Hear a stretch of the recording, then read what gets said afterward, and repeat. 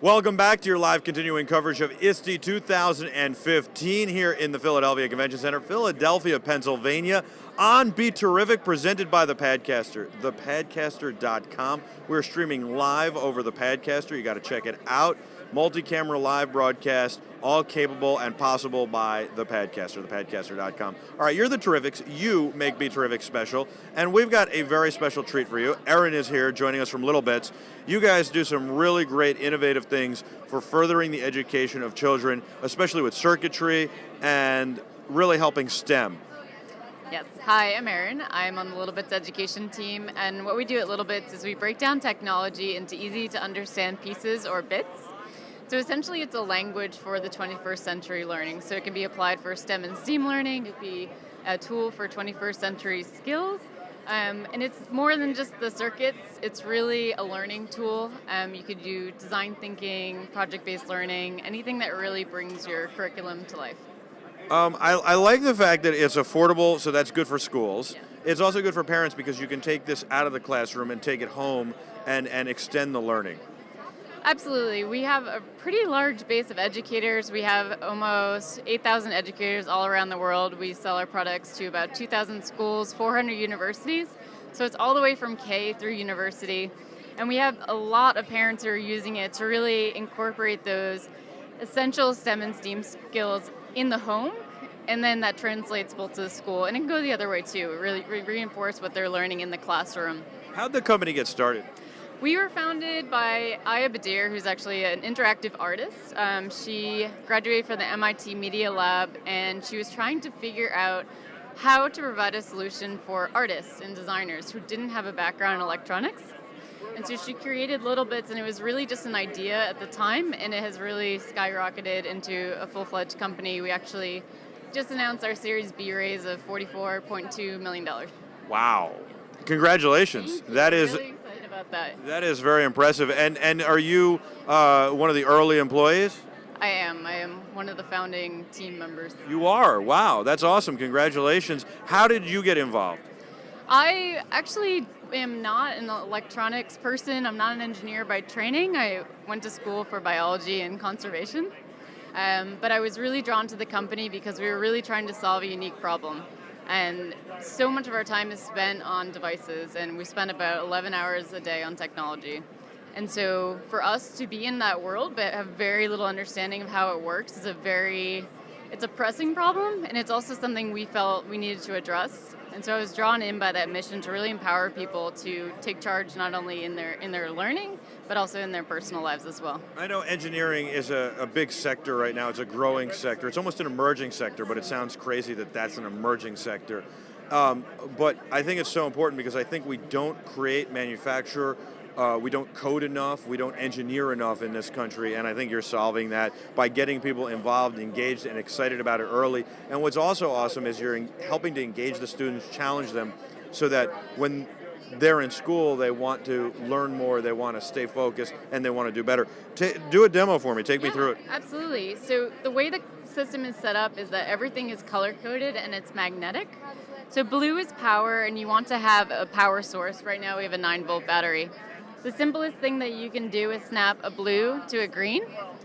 And green are things that do something. So it can be lights, it can be motion, it can also be sound. We've partnered with Korg to do a synthesizer kit. Very cool. This is an example of a motor. This is a servo motor. So you can start incorporating things like robotics, mechanics, motion. And if you're including a synthesizer kit, then you can create music as well, which is kind of another thing, and it kind of fosters creativity. Absolutely. For us, the A in STEAM is so important. It's not just art and design, it's music too. And I like how the colors are attractive not only to boys, but to girls as well, getting girls involved in STEAM, in STEM, and STREAM, I've even heard it called too. The gender neutrality is so important to us, but it's also, age agnostic. It doesn't matter what experience you're bringing in to the electronics. It's all about lowering the barrier of entry to the world of making and design and just being able to creatively think and problem solve. How much is a kit like this cost? This one is our deluxe kit. It's one of our best sellers. It's around $200. For the education segment, we have specialized collections, and those are everything from around 230 up to 5,000. But the 5,000 one would be great for implementing, across the grades, across your curriculum. We also see a lot of librarians who are using the product, and they have the wall-mounted unit, and they also have tackle boxes, so you could check those out.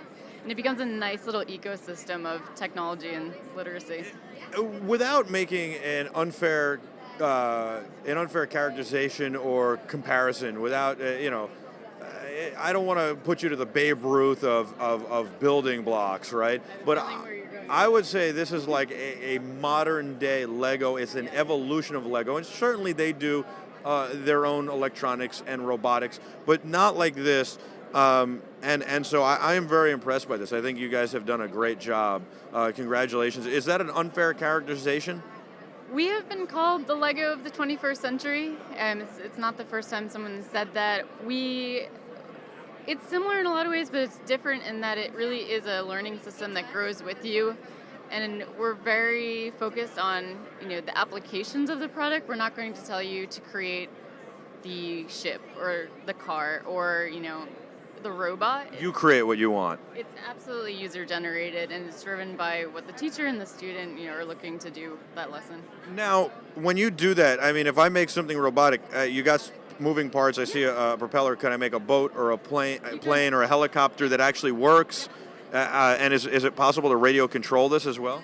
You can. We have some devices. The orange ones, if you want to go back to the circuit here, there's a few other colors. So you can see the pink actually adds some control or input into your circuit.